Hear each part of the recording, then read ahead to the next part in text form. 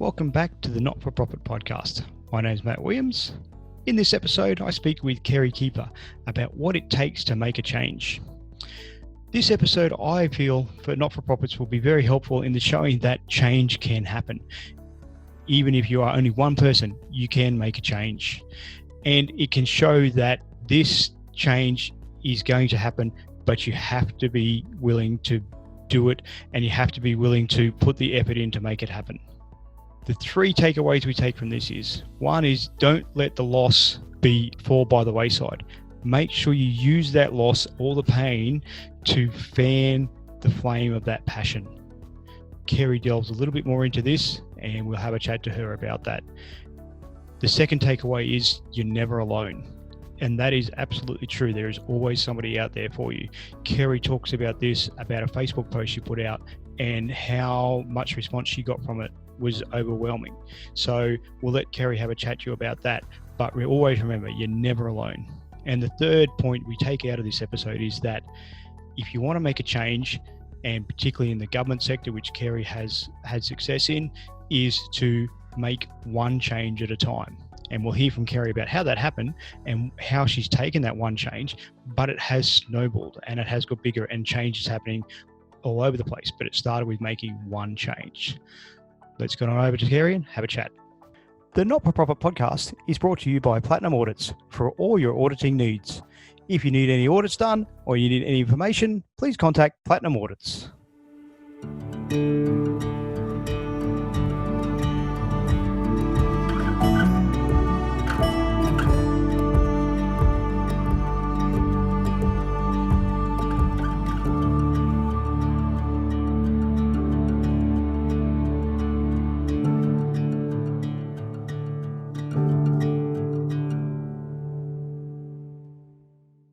Welcome back to the Not-for-Profit Podcast. My name is Matt Williams, your host, and here we are speaking to a special guest this week, Kerrie Keepa from SOS F.A.S.T. Welcome, Kerrie. Thanks, Matt. It's good to see you. How you been? Really good. You yourself? Yeah, good, thank you. Keeping busy.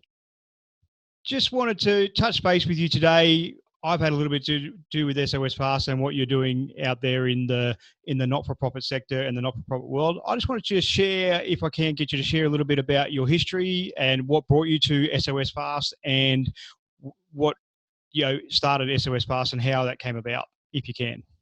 Sure. So SOS F.A.S.T stands for Survivors of Suicide Fighting Against Suicide Toll. I started it after I lost my 21-year-old son, Chris, to suicide in September 2014. So I've lost 5 family members altogether, a brother and 2 sisters and a nephew. Yeah, but Chris 5 years ago, so all very different circumstances. But with Chris, he had been turned away from our local hospital. I took him there on the 3rd of September when he was in a really bad way. He'd been known by them for some years, had been part of the mental health system. He had depression. This particular time that I took him to the hospital was the worst I'd ever seen him. He was in a really bad place, and I basically begged the hospital to help me and to admit him into their mental health facility. And they sent us away with 10 Valium and told him to have a good sleep and he'd be fine tomorrow. So I brought him home to my house, and he just basically sat for 10 days. Was in a really, really bad place, and we had him on 24-hour suicide watch. On the 10th day, he said he wanted to go home and have a few drinks with some mates, which I took as a good thing. I thought, maybe he's going to come out of this the other side. But so that was on a Saturday, and on the Sunday morning, I tried calling him. I was at work, and I tried calling him, and he didn't answer. So I thought, he's probably still asleep after a late night with his mate. So lunchtime, I tried calling him again and he didn't answer. And I panicked and I called my husband and my son and I asked them to go and check on him for me because I was to pick him up on the way home from work to take him back home. Anyway, they went to check and we kept calling each other back and forth, checking in to see if they'd seen him yet. And my youngest son, Jay, who was a year younger than Chris, he actually found his brother. was too late. He'd already passed away. So he left a video recording message, and he basically was at a place where he just felt that, he couldn't get any help, and the people that could help him sent him away. So he figured, well, this is what my life's going to be like. I can't do it anymore. So anyway, from there, I was absolutely devastated, angry, whole heap of emotions all rolled into one, and I decided to put a post on Facebook, a photo of Chris, and a post about what had happened. And I posted it thinking just family and friends would see it, but it went viral and 7 million people around the world saw it. I got lots of private messages from people telling me their stories very similar to ours. And then I started the SOS F.A.S.T Facebook page, and still today, 5 years later, there's still 33,000 people on there. I thought to myself, it'd be really criminal of me to have all of these people telling me their stories and so many like ours. It'd be criminal if I didn't do something with it. So then up on my Facebook popped a link for change.org, online petitions. So I clicked on it and followed the instructions, and I made up this petition addressed to the Health Minister, which was Cameron Dick at the time.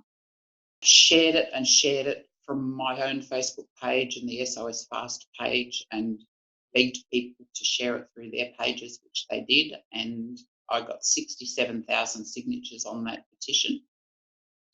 So all of these numbers basically proved that, this was a really, really serious problem. It wasn't just my family affected, it was so many others. So then I went down to Capella and I met with my local member, Don Brown, and I took the petition with me and he printed it all out for me. I had thousands of pieces of paper with all of these, names on it. So then he said to me that he would like for me to meet Cameron Dick, and he organised a meeting for me to go to Parliament House and meet with him personally. So about a week later, I put all those signatures, those pieces of paper in a box, and off I went to Parliament House. I met with Cameron Dick in this office I felt very, very out of my comfort zone. I'd never been to Parliament House before. Certainly wasn't somebody to sit around talking to all of these fellows with their white collars and ties, and it was all still very raw. After losing Chris, it was only a matter of probably, I guess, maybe 5 months after his death. Wow. Yep. All of this was happening. Yep. Did that make you? Sorry, I didn't mean to interrupt, but did that make you want? You said that you fell out of your comfort zone, but what kept you going? What kept you? Did you feel a responsibility, or was it just the pure drive in you to go? I need to get this something. I needed a bit to be addressed. Both, really. I did feel I had a responsibility to all of these people that were telling me their stories, because at the time when I first lost Chris, you go through this thing of you just feel so alone and nobody could possibly understand the pain that you're feeling.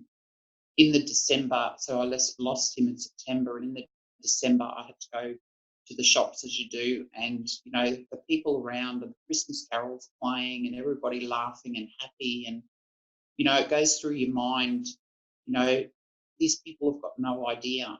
But then I was talking to people every single day that were messaging me, telling me they knew how I was feeling. They'd been in the same position. They'd lost people, or they were looking after somebody that was unwell, and their frustration and their anger at the whole system. So I never ever blamed the actual person that sent us away that night. I blamed the system and how it was failing in helping people with mental illness and just sending them away, and their families being left to struggle when they just didn't know what to do. So the petition was basically, I said that I wanted our accident and emergency staff trained in looking after people like Chris, that presented to ED, with families that were desperate for their help and they just were being sent home and not given that help. So in the meeting, Cameron Dick said, I'll look into it and I'll get back to you. I sort of kind of thought it was a bit of lip service, really, just to make me feel better and get rid of me. But even though he was very respectful on the day and everybody in that office was very respectful and they listened and, you could hear a pin drop in the office, I basically had the floor and they just allowed me to, I sobbed and I cried and, but I got it all out and they all listened. And sure enough, probably a week or so later, I got a call from his office telling me that they had done some homework and accident emergency staff don't actually receive any training in looking after suicidal people. And they said, we think that we can do something about it. We'll get back to you soon. So again, they got back to me probably a week later and told me they had employed a lady named Dr. Rebecca Sewell, and she would be heading up putting together this education program and that they would be in contact. So then I got an email from Rebecca wanting to meet me, and I met up with her and they kept me in the loop the whole way. They were fantastic. They asked for my input on everything they did, and SRAM ED was born. So that's the name of the education.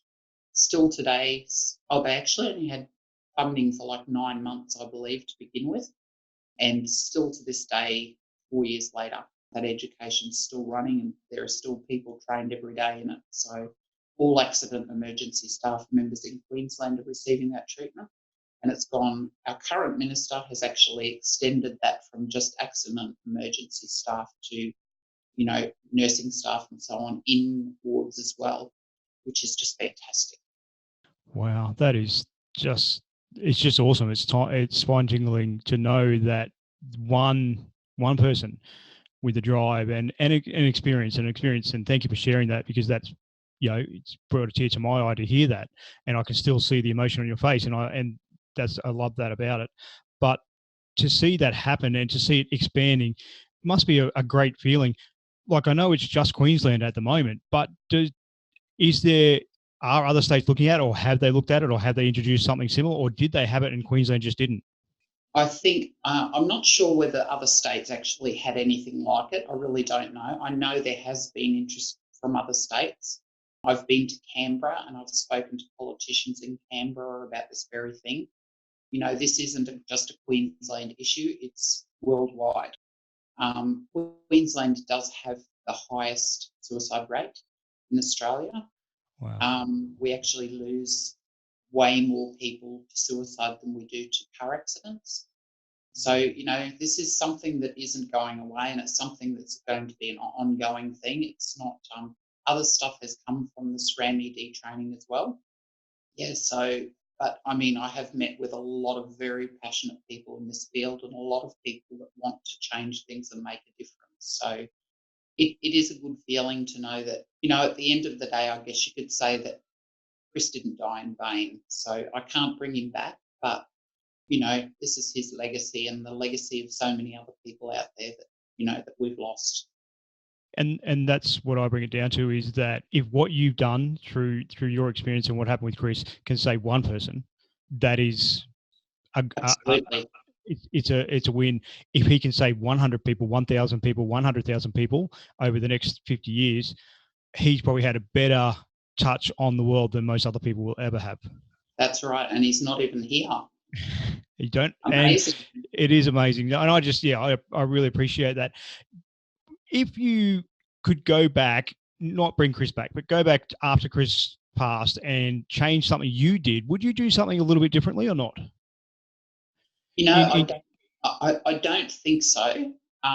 It still quite amazes me that it has gone where it's gone, and people say, how did you do it? And I think a lot of it had to do with timing. A lot of it had to do with, I don't really know how I come across to other people, but I know that I'm a very passionate person, and I know that I don't take no very well. That's okay. Some don't.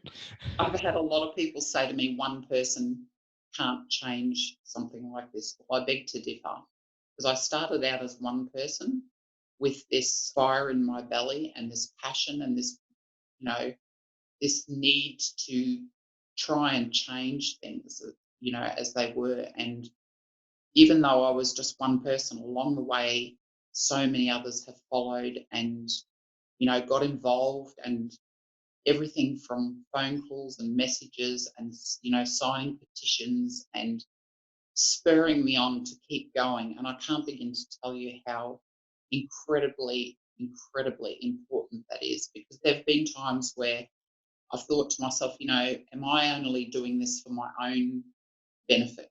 You know what I mean? Is this just something that I have to do to make me feel better? And then I'll get a message from somebody telling me that, what I'm doing is a great thing. And, I speak at a university every year to second year OT students. And the other day after I'd spoken, I received a message from one of the students' mums telling me, he'd messaged her and what an impact my talk had made on him. And, at the end of the day, once he and his classmates hit the floor as medical staff, hopefully they'll remember our story and, they themselves will make big changes in this field. Absolutely. It takes one person to change the world. It takes a movement, but it takes one person to start that movement. And that's how I see what you've done. And from my personal experience and my experience with you and your team, it is phenomenal. It is just, and to look at that and think this is 4 years ago now we've started that. I see that the mental health area being bigger and bigger and more prevalent each year. You hear about it more and more. Is there more that governments, associations, not-for-profits like yourself and as SOS Fast, is there more that we can be doing? I believe so. I don't think it's something that we can ever stop working on. I think it's a case of, I see quite a lot, different organisations, not-for-profits, the PHN and all that kind of thing. I see all of these different people, all with exactly the same goal, but all doing very different things. And I think sometimes it's a case of, and I guess a lot of it comes down to funding too, but I think we really need to pull together, because yes, one person can make change, but you get all of those people together and my God, they can move mountains. So I think it would be beneficial if, rather than different organisations going off and doing their thing, and quite often things being repeated and so on, I think if these organisations pull together more and work together on the common cause, I think it would be a whole lot more beneficial in the end. How would you see that happening? If you could make that happen, how could you see it happen? Is it something that has to be driven from government, or is it something that has to be driven from the private sector and the NFPs? I think both. I think it's a case of, people don't tend to take well to being told what to do. Sometimes it just takes planting a seed of, and someone going, oh, that's a good idea. Sometimes it doesn't go down well to be told or forced. You don't tend to have I don't even know how to say it. I think it has a better outcome if it's something that you want to do, not something you're made to do. You know what I mean? You have to have Yeah. a passion about it. Yeah, that's right. And I think, like I said, there are amazing people working in this field, and people that are frustrated and, and they want change and so on. But it's like anything, it's a long, hard, slow process. And I just think if more of us can pull together and work together, I think it'll have and I think it's case too, instead of dozens and dozens of different things, pick a couple of very important things and work on them first, fix them first. Yep, absolutely. Which is what you did. You looked at the A&E training, and that was your focus, because you didn't want anyone else going through what you went through when they presented a hospital. And to your credit, no one will, because of that, because of one person, because of you. And I applaud you for that. If you could send a message to somebody out there who's in that similar boat, like that has that one goal, not to change A&E, but it has that one passion in the mental health area, what would be your advice to them? My advice would be to think long and hard about what it is you want to change, what it is that your expectation, I guess. What is your expectation? I've been told by a few people one of the reasons they believed that I was successful in getting to meet with the minister and, getting this to happen was a lot of people tend to go to government with, lists and lists and lists of all the things that are wrong and all the things that need to be fixed and all the changes that need to be made. And they're basically looked at and go, that's impossible. And it gets, they don't even look at it. It's too hard. But if you can come up with one thing, doesn't matter how big it is, just one really important thing, and you work on that, you are more likely to have people take notice because it's doable. They can work on one thing. You can't work on 40 or 50 different things. We get that there's lots of different issues and that's lots of different problems, but you need to fix one thing at a time.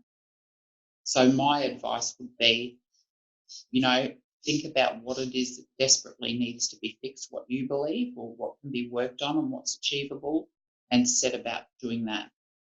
Yeah, and then like you happened with yours, it went further. So your one area was A&E emergency departments being trained. Now it's all areas being trained. So that one thing has now become bigger than just A&E, and that's how it can happen.